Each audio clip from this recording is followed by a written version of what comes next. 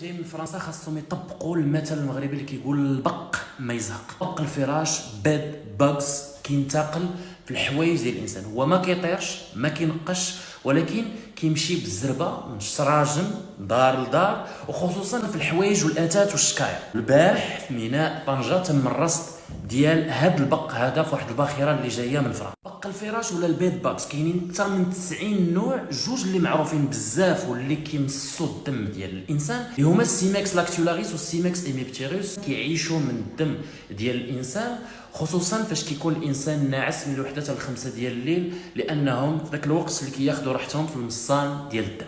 هذا البق هذا ما كينقل حتى شي مرض، يعني ماشي فيكتور وما كيتسبب حتى شي مرض خطير، ولكن كيبرز انه كيدير واحد البقع جلديه مع الحكه اللي هو واحد الرد فعل مناعي للبروتينات اللي كاين في الدفال ديال البق اللي هما نيتروفورين والابيغاز والفاكتور اكس انهيبيتور. وهاد البقع كيظهروا عند 70% ديال الناس حسب واحد الدراسه اللي دارت في الولايات المتحده الامريكيه، واذا كان السن اكثر من 65 او قل من 10 سنوات فكيظهر غير عند 50% ديال الناس. الحاجه اللي كتقدر توقع هو داك التعفن البكتيري الثانوي ديال داك البقع الجلديه بفعل ديال الحكه. علاش اذا طولت الحكه ولات كتبرزط كنعطيو الكريمات المضاده للحكه ومضادات الهستامين طبعا من بعد الاستشاره مع الطبيب.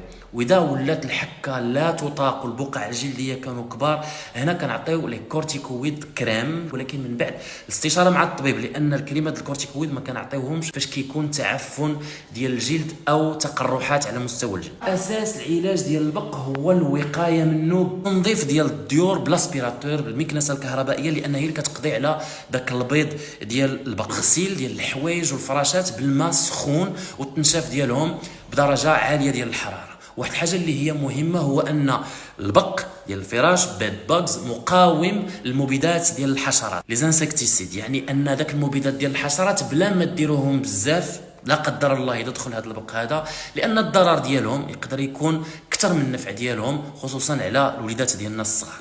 هذا مكان.